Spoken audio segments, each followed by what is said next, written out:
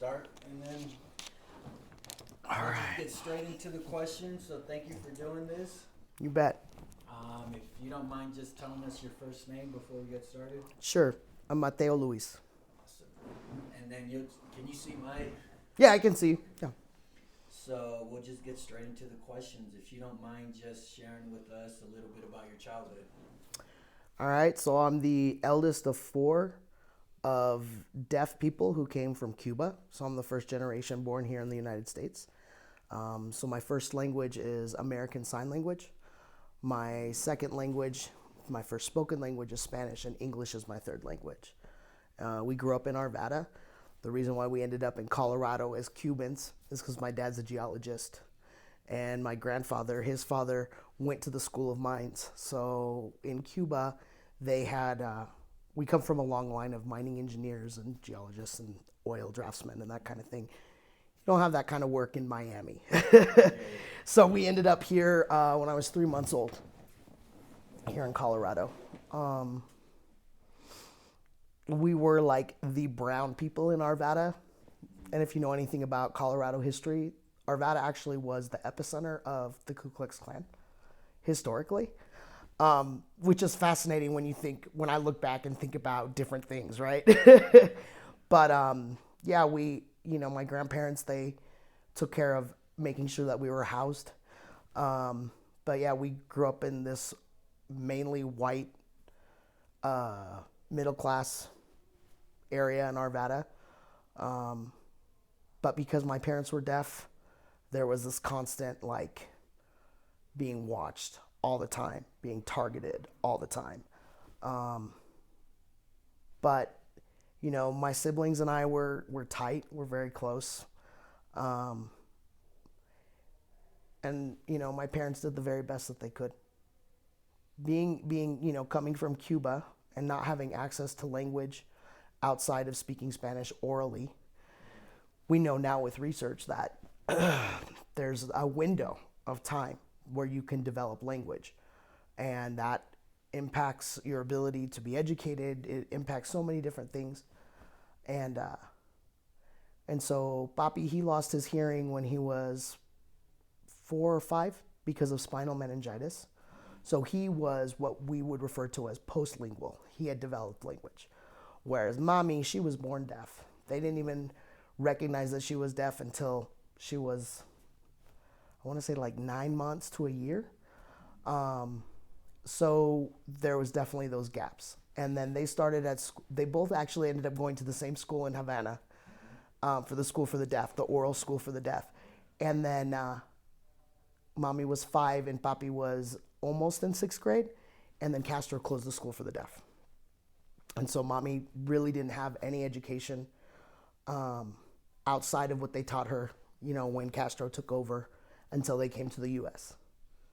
And she came to the U.S. when she was 13.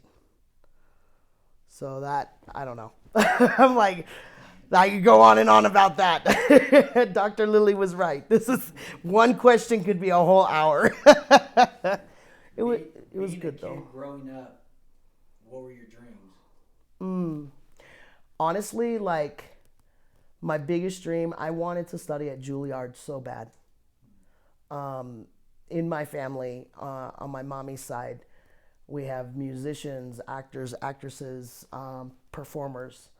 But I kept being told that that was not financially responsible and that I should go into finance, which I did for a period of time. Um, but I still, Juilliard, Juilliard would have been my dream school. And if not, it would have been Gallaudet, which is the only liberal arts school for the deaf in the world in DC. And I still could go there, but I'm 44. I don't want to start over. Start over. But yeah, Would you mind telling us a little bit about your relationship with your dad and how that relationship felt to you? with my papi. Well, papi and I have a fascinating relationship because, full disclosure, when I'm about to get super vulnerable. I was born female. So I was raised a Cuban female. until, and I decided to step into transitioning from female to male, finally, at the age of 38. So my relationship with Papi has always been, he's very machismo. He's very Cuban. He's very, how he views how women should be in the world, especially culturally, was always very tumultuous. And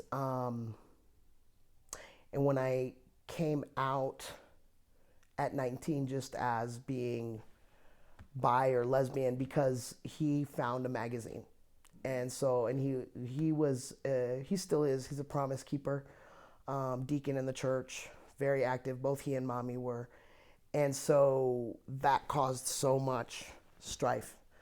And then through time, he has come around to it. At the end of the day, he's Papi. He's the man who brought me into the world with mommy. I have a great deal of love for that, whatever that means. And I respect what he did in order to support our family and to try to get by. And I understand now as an adult, like, how difficult it was for him to be a Cuban deaf man, and some of his loss and his pain around how his father treated him because he became deaf. And so then, Grandpa kind of gave up on him and focused on the hearing grandchildren, like he had somehow had a second chance. And so I understand and respect that. I also know that there are things that I can't and won't tolerate, and he understands that too. So we've come to a place where there's some peace, and there's forgiveness and compassion. And I also know for myself, like, there are things that I won't tolerate from anybody, including Papi. And that's where we get to have those boundaries and navigate that together. Growing up, how did that feel, having a father who was at odds with your identity? I had no language for it. I didn't even understand what I had been feeling my whole life until I met other people like me at 19, almost 20. I just didn't understand what it was. And, Papi and I were close. Papi, my brother Enrique, and I, the three of us, we were very close until puberty hit. And then all of a sudden it was like hands off, and I couldn't understand what the problem was, right? Because I never saw myself that way. And so it was difficult. And it still is sometimes. Growing up, how'd you process the confusion or the conflict? How did you deal with those things growing up? It was a lot of suicidal ideation. There's a lot of suicidal ideation. And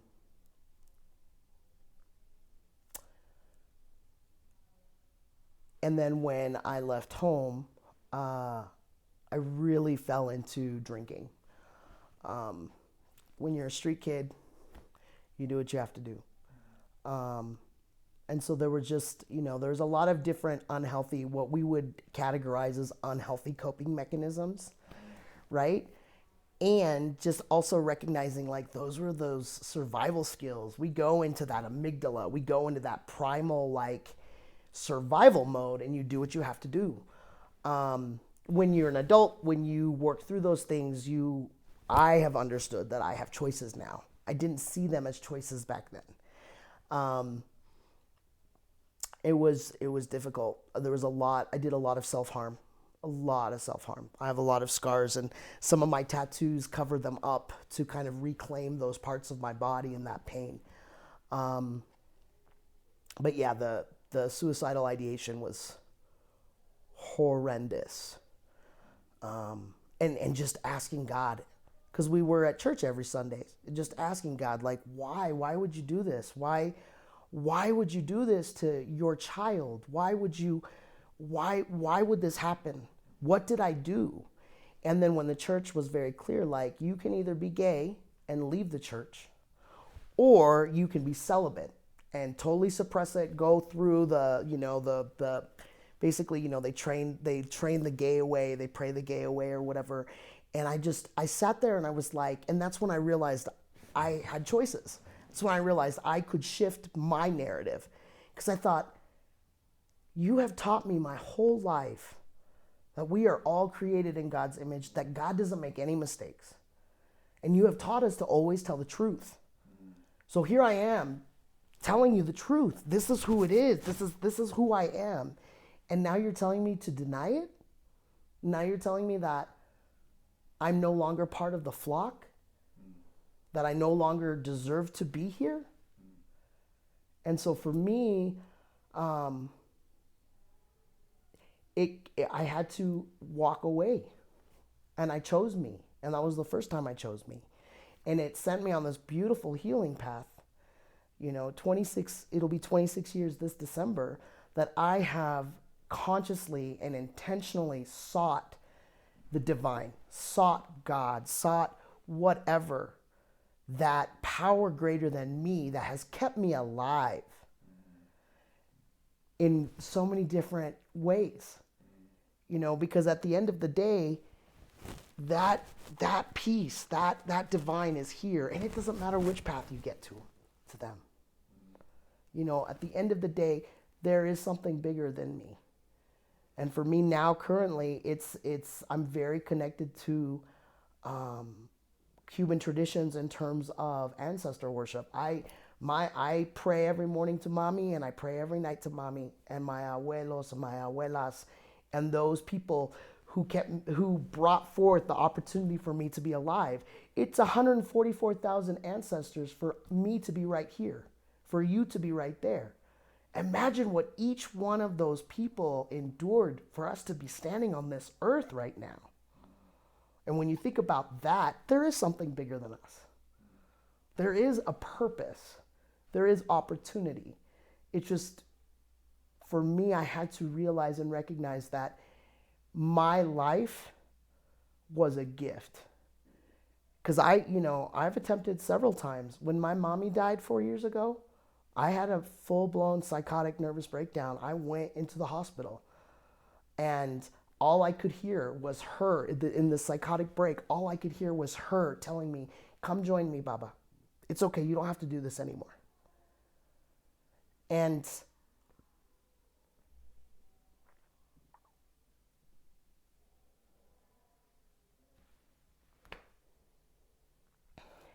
I know that when the time is right, I will be with her again.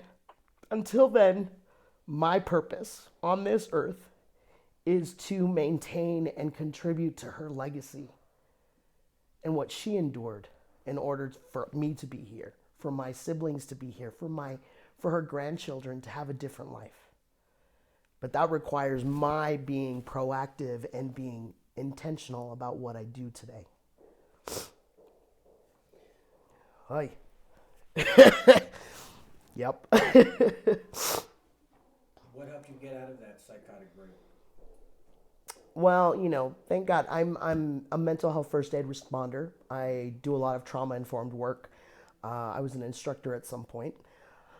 I worked for the Mental Health Center of Denver as their staff sign language interpreter, and I helped kind of develop that position within their organization. So fortunately, I was surrounded by some beautiful people at work, and my wife at the time, and my siblings. And so I went through the treatments, and I found new tools. And I was on the medications for a while just to get that stability back. And also it was that, like, I woke up every morning and I would go to the treatment and I would go, if I get through treatment today, I can see my nephew. Because Gray was not even a year at that point. And it was just like minute at a time. It was 5 minutes at a time. It was breathing. It was the Reiki. It was all of the different modalities, and just leaning into it and saying, okay, all right, so there are things I need to address, and coming to terms with the fact that there are some things I would never fully know in terms of the trauma. But there were some things it's that radical acceptance. These are things I cannot change. I cannot change what happened to me. I cannot change how people in society still view me and treat me. What I can change is how I choose to respond. And ultimately, everything we do as human beings is either fueled by fear or love. And so when people come at me violently, when people come at me however they choose to come at me, I work and I try very hard to drop in more into love and say, I wonder what happened to you, rather than what the fuck is wrong with you. Excuse my language. You know what I mean? Rather than say, what's wrong with you? You're messed up. But coming from that place of that trauma informed, that I wonder what happened to you. How can I meet you where you're at? Tell me a little bit about what happened and why you're feeling this way. And if you don't have language and you can't identify it, that's okay. I can sit in the silence with you too. So, would you mind sharing with us a little bit more about just your general relationship with your mom and how she made you feel? You know, that's why I'm wearing this shirt. Mommy was trapped in her physical body for a little bit over 9.5 years with Alzheimer's dementia. And it was horrible to watch. It was horrible to watch. And, everybody goes through those periods, I don't know, where they struggle with their relationship with their mom. They struggle with their relationship with their parents, whomever, whatever. Growing up, it was difficult because I was the eldest, and my job was to protect mommy and papi because they were deaf and I was hearing. And growing up, it was difficult because mommy had significant depression and anxiety. And so I felt like there was nothing that I could do. I could not leave her. So, it was easy for me to be like, oh, Juilliard is on the other side of the country. If I leave, mommy won't be well. And so when I did, I attempted to leave once. And it did not end well. So I came back, right? So she loved us in a way that I don't know that people can understand. There was an attachment. There was a healthy attachment. I also think that the circumstances, her being so far away from her family in Miami, in a state that she hated the cold, among other things. I mean, she's Cuban. Cubans have no business being in the snow. Pero, my siblings all love the snow and they ski and they snowboard and, whatever. But there's no one in the world that's like her. And there was no one in the world that loved me like her. How did that feel, that love? It was both violent and beautiful. It's that yin and yang. We can hold both truths. Why was it violent? How so? Well, because we were violent. Our household was violent. Mommy and Papi, because of the institutions that they were in, right? Because we live in a world where deaf people are second-class citizens, and especially with them being brown on top of it. Papi was abused, horribly abused. And so for him, he had no check, no filter on, it was 0 to 60 in his anger and his temper. And mommy was not raised that way, but the more they were together in that way, it became this like script, right? And it becomes this dynamic. And so we didn't have language to talk about feelings. They didn't have language to talk about feelings. So how are we supposed to talk about our feelings? So our home life was pretty violent. Our church life was violent. And at the same time, like, there were still those moments that were just nothing but pure love. And so that's where I'm like, she did the best she could. Papi did the best they could. We were feral. People are like, oh, y'all were bad. I'm like, no, we were feral. Being feral just means that you are at an animal level. When your basic needs, when you think about Maslow's pyramid of basic needs, right? You get to that point of self-actualization, that very point. You have to have the foundation of food, water, shelter, safety. If they didn't have it, how could they give it to us? What's the biggest thing you learned from them? It's the biggest thing I learned from mommy and papi.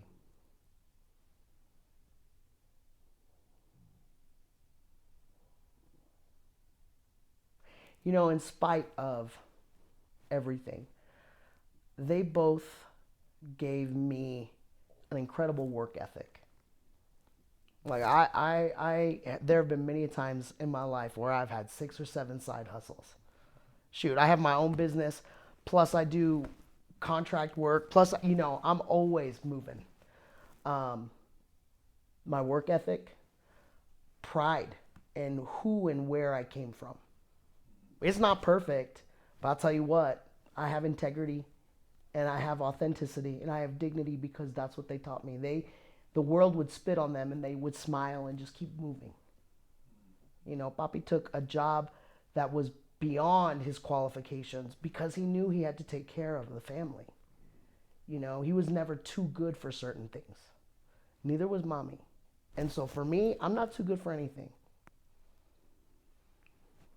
Can you tell us about your first love and how that felt? It's whatever you associate as your first love. So it can be a hobby, it can be a person, just whatever you identify as that. My first love. You know, my first love were my siblings. I mean, I love mommy and papi, but when mommy and papi brought Enrique home, and then when my sisters, Laurette and Lily, they're 8 years younger than I. So I remember coming in from recess at lunchtime on Valentine's Day. And the teacher was like, hey, Mrs. What was her name? Doesn't matter. Mrs. Dutcher, something like that. And she said, Mary Lou, because that's how I grew up, Mary Lou. Because, you know, we did not go by Maria Luisa in Arvada in 1985. But she said, your mom had the babies. They're twin girls. And I was like, she's all like, we're getting ready to have Valentine's Day party. And I said, no, I want to go to the hospital now. I want to see my babies.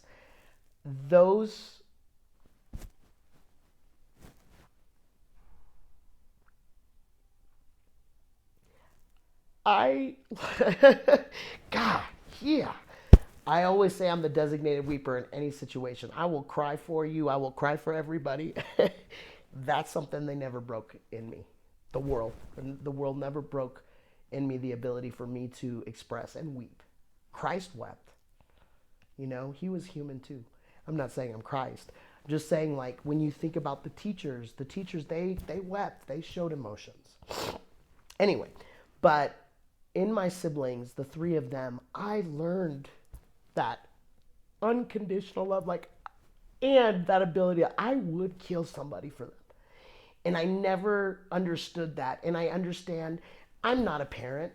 You know, I'm a godparent. I'm a tío. I'm a padrino. I'm the eldest child. But I feel and have always felt like I helped my parents raise my siblings. And there is no love like that.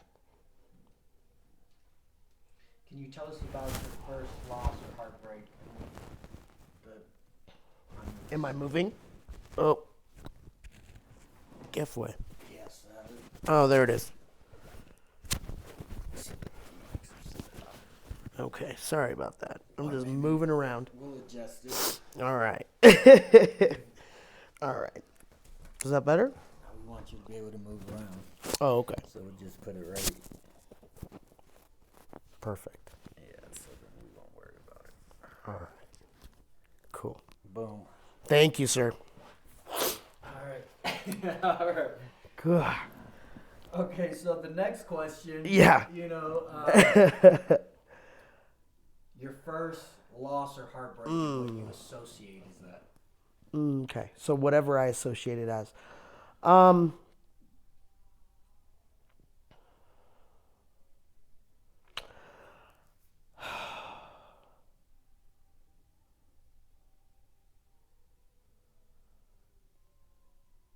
I think it's hard to pinpoint what my first was,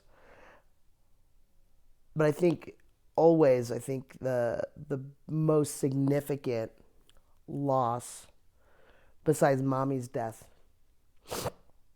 which was not my first, you know, um,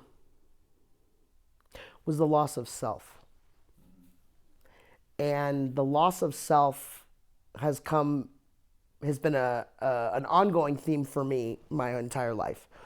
But that loss of understanding that I would never be a normal child, right? Having deaf parents, being the eldest, that loss of innocence, that loss of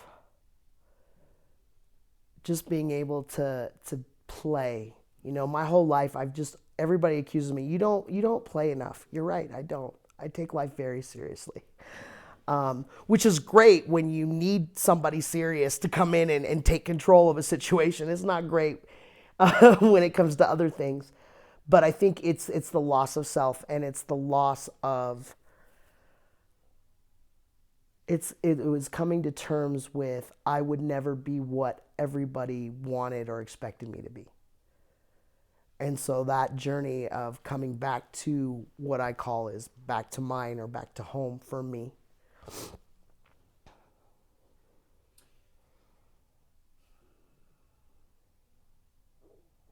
So how did that feel, like those initial feelings where you're not going to have a normal life, or maybe you realize, you know, that you're not going to be able to please your parents and what they want for you? How did that like, when was that realization? Like, how old were you in that actual realization where you're like, shit, you know what I Yeah. mean?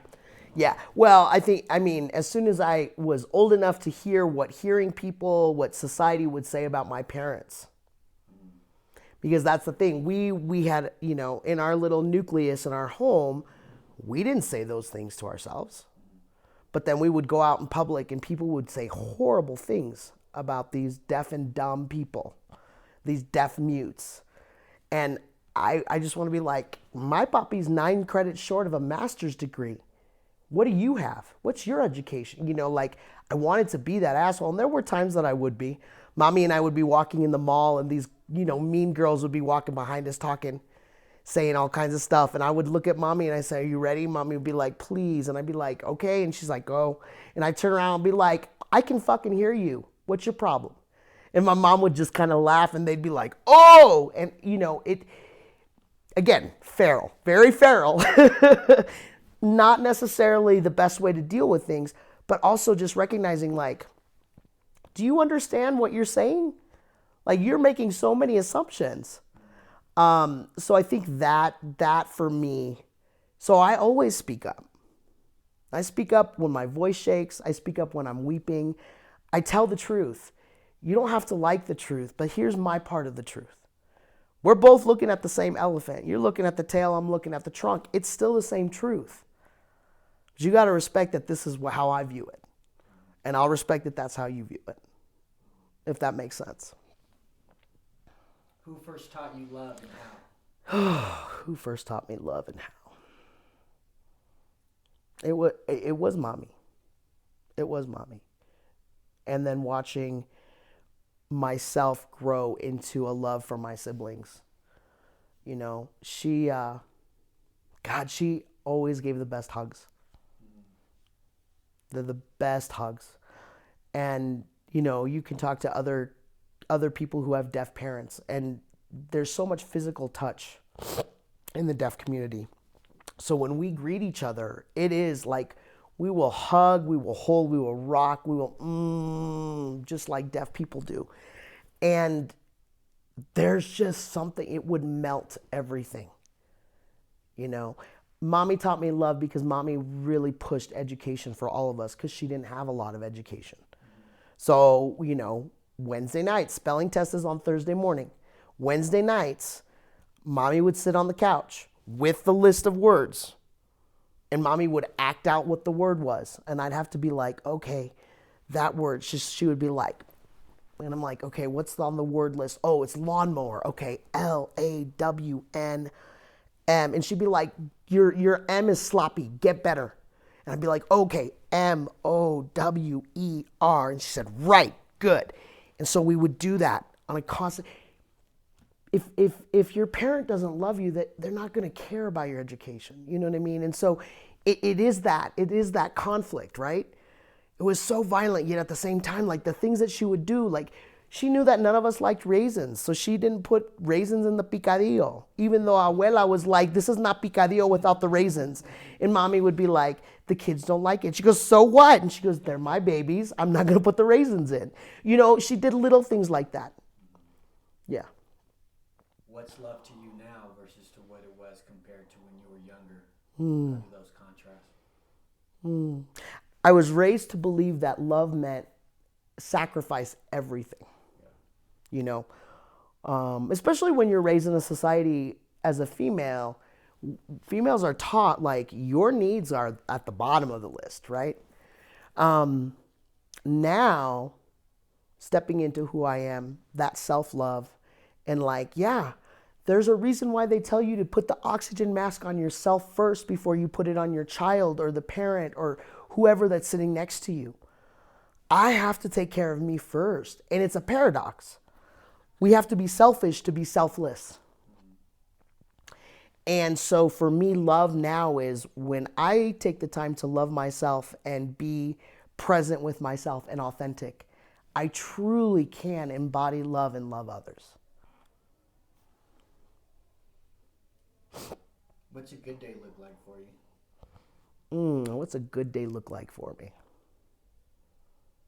Well, waking up and breathing is absolutely the first thing. Especially in the last, since New Year's. So New Year's Eve, I was in a house fire. My dog Roscoe woke me up. And at midnight, we watched the fireworks go off, the windows blow out, and I'm in a pair of sweats. That's it. And my dog. And so since then, especially, for me, a good day is when I wake up, it's a good day. The circumstances that take place throughout the day, may not always be good. But for me, like the perfect day or the best day is I wake up, Roscoe and I have a beautiful walk in the morning. I have a café con leche with mommy. And I go to the tattoo shop and I hold space for people and their healing journey. If one person walks out and goes, holy crud, I didn't even know I needed that. And I just held the space and watched and witnessed their trauma move out of their bodies. They share things that they wouldn't otherwise. Then it's been a really good day. Because ultimately, when I'm of service to the world, I'm in my authenticity and I'm in my alignment. What's a bad day look like for you? And how do you get through that? What's a bad day for me? Which one last week should I share about? Nah, you know what?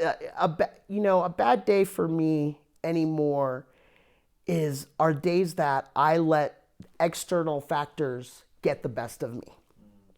When I react versus respond to the world. Those are my bad days. And I go, okay, all right, mommy, yeah, let's not perseverate. I can grieve and cry about it right now. And then tomorrow I wake up and we start again. And you know what? When we know better, we do better. And sometimes I don't even know that I don't know something until I don't do it right. And then I'm like, okay, good to know. Moving on. What's a person or an event that shaped you, good or bad?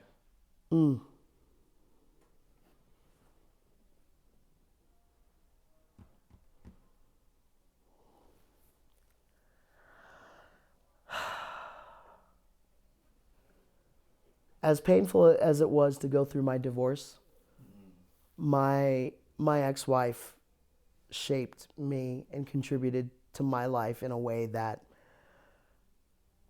that would never have happened. She pushed me to continue and step into the transition. She was also my Reiki master teacher.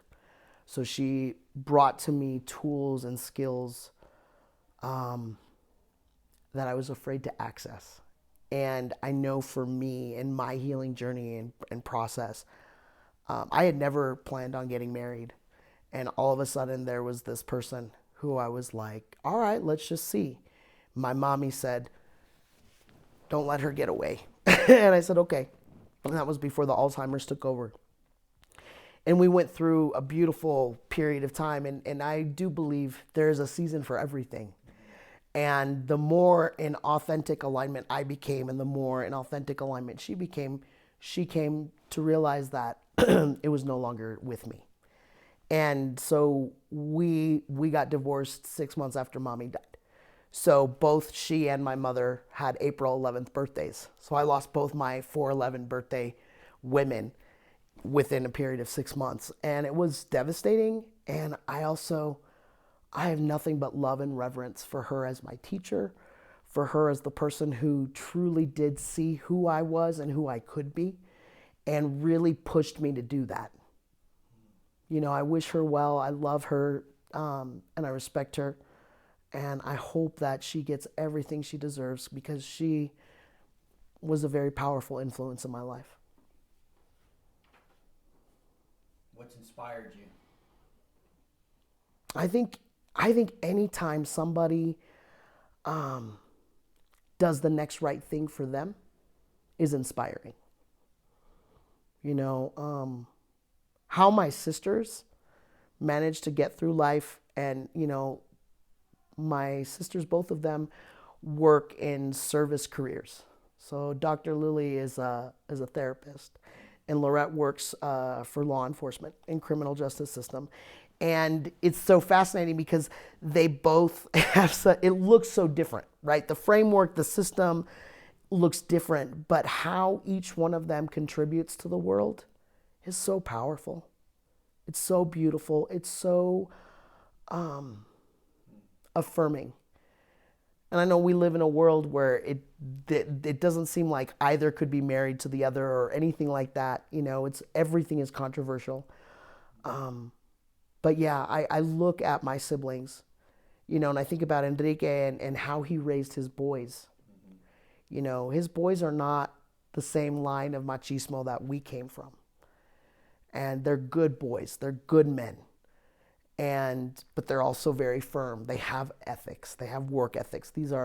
So when I look at how my siblings have contributed to the world, that's what inspires me. What's been a humbling experience for you?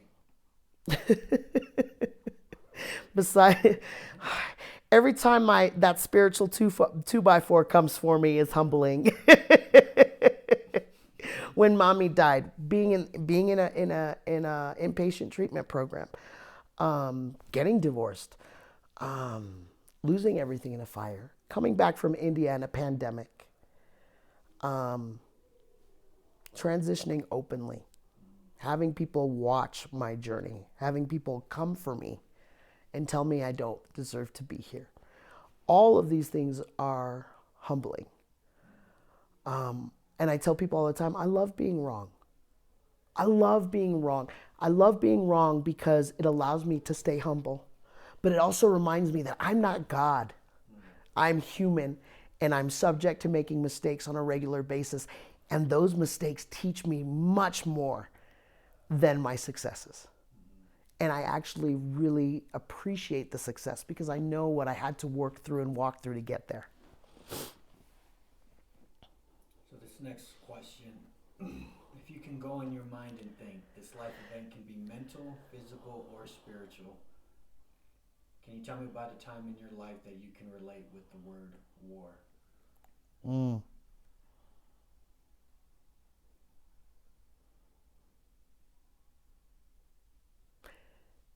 Every day is a war in my head as a trans person.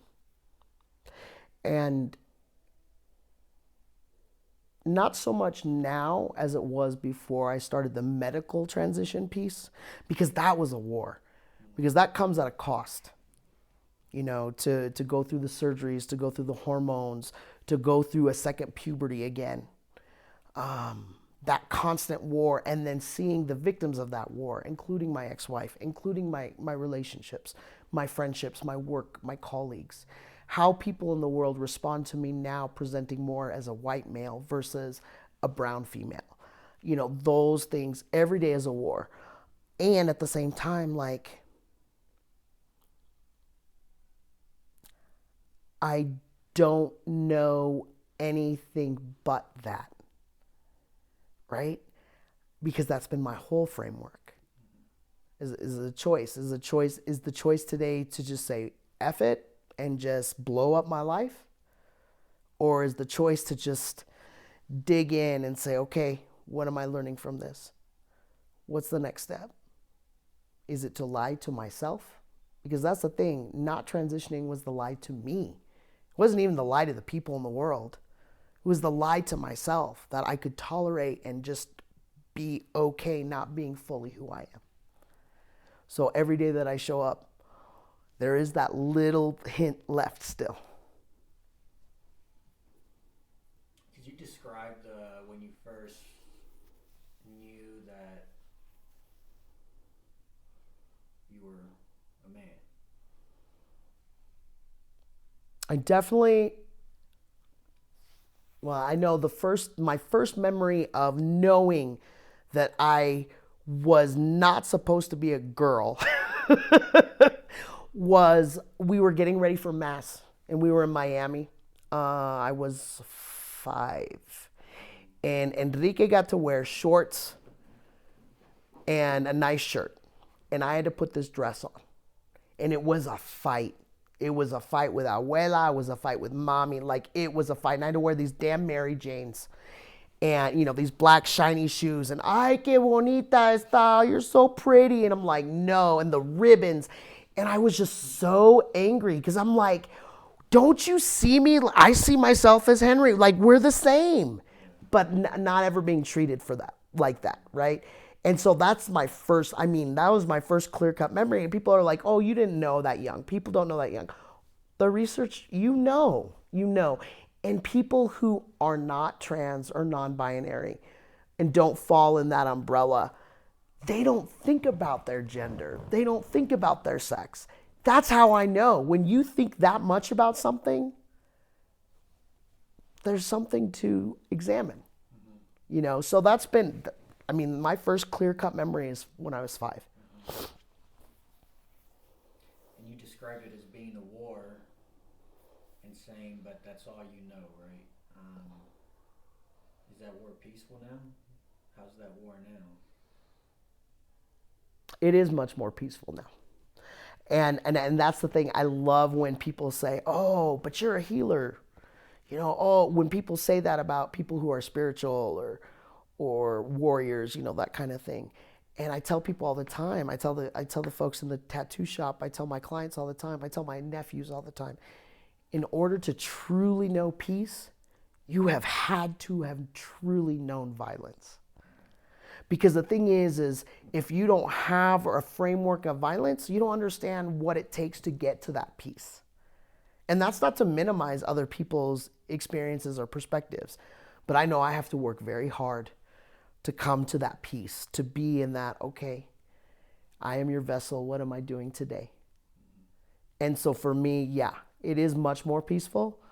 But if my life is in jeopardy or in someone else's life is in jeopardy, I have to work very hard to drop down into that love, into that peace, and not go into that feral like, okay, hold my hoops, let's go. So then segue to the next question. Cool. Type of question. Go in your mind and think. This life event can be mental, physical, or spiritual. Can you tell me about a time that you can relate to the word peace?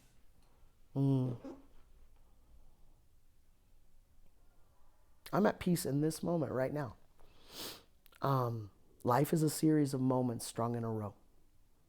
And at any point, I can change it to the war or I can change it to the peace. And in this moment, I am the most at peace that I've been today. In this moment. Can you tell us about a truly difficult time in your life, how it felt, and how you endured? Hmm. Well, I'll tell you, I thought that mommy dying was the worst thing. And then I went to India for almost 2 years. And I worked and lived there and got to go to different countries. It was a beautiful experience, but that truly was even more difficult. And the reason why is my whole life I was surrounded by taking care of everyone else. And so to be in a country that I didn't know the language, that I didn't know anybody, I didn't have any supports. I had my boss and the company and their family and their customs. But to truly, at the end of the day, go up to my room and sit there and go, I am completely and totally alone. And that's where the biggest and the most powerful part of my healing journey really took place. Because that's when I really dropped into meditation. That's when I really dropped into, bro, what are the things that you need to unlearn? What are the things that we need to address? How do you want to move in the world? Can you talk more about that time in India, or where you had that, if that was a critical moment in your journey? Can you go a little bit deeper into that? Sure. Um,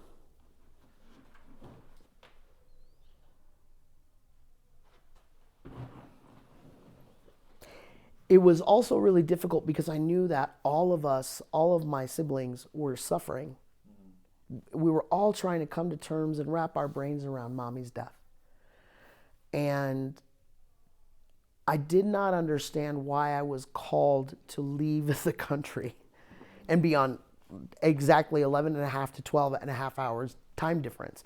So we always missed each other. It was very difficult to connect. The technology, the infrastructure in terms of like internet and connectivity was challenging as well. And not being here for those pivotal moments for them. And that felt even worse. I felt like I had abandoned them. I felt like I had chosen myself over them. And so for me, that's how I came to terms with like, yeah, take care of you so that you can take care of them. And I came out of that, and many people thought that I should not, especially being so close to having the nervous breakdown. People were like, Mateo, this is ridiculous. Don't go. You're gonna lose your shit. It's not gonna be safe for you. It's all of those things. And because I learned how to be alone and keep company with myself and to keep company with and connection with God, with the divine, with the ancestors. Because of that, I don't feel a requirement to be partnered up. I don't feel a requirement or obligation to follow any more of any of society's norms. Because at the end of the day, like, I truly have found a way to enjoy my own company. My life is cake. And if you want to contribute and be part of my life, you better bring some icing or some ice cream. But I don't need it. And to have the freedom of not needing someone, but really wanting to be like, I wouldn't mind, I would love to want someone and to be wanted. But I don't ever want to need someone, because ultimately I need them. I need me. That's all I need. Everything else really is icing. Everything else really is an ice cream. Could you tell us about a truly joyous moment in your life and how that felt? Mm.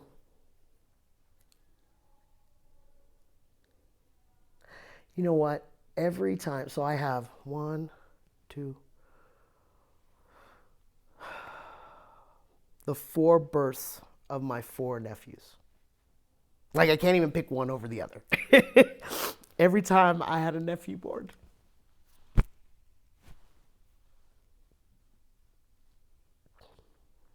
And the reason why it brought me so much joy is because I know that each one of them has a beautiful purpose and gift in this world.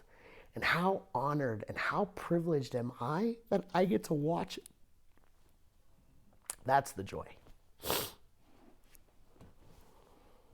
What keeps you up at night? Oh, what keeps me up at night?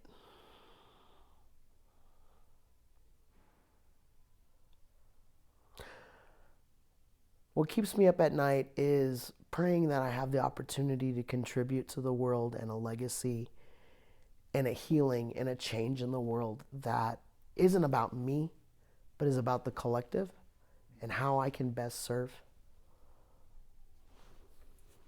What keeps you going every day? Other than the fact that my dog Roscoe likes it has become accustomed to a lifestyle that I have to work very hard for. What keeps me going is the understanding that that principle that a lot of indigenous peoples carry, which is every choice and decision that I make today impacts the next 7 generations. So what am I doing today to influence and change what we leave behind? Imagine you're in the hospital today with only hours to live. What would be your regrets, if any?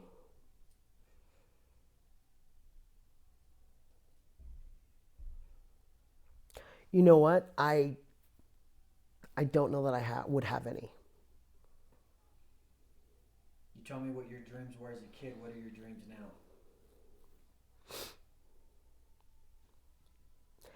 My dreams now are similar as a kid, but what it is, it's not about acting.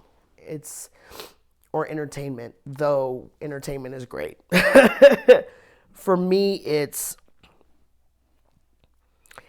now it's about being so open and vulnerable and honest and authentic that even if one person walks away going, I never thought of it like that, or one person goes, thank you, I needed permission. I needed permission to be myself, whatever that looks like. That's my dream. My dream is that every person I interact with feels seen, loved, and valued. You're the co-author of your life story. If you can envision a picture perfect ending, what would it look like? And it's not necessarily the end, just like a movie, the ending of your movie or book.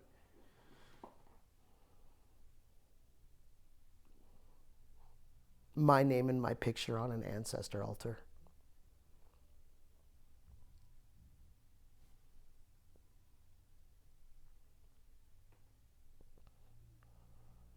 How would that feel? Like I did something right in this lifetime, because what's the line that they say?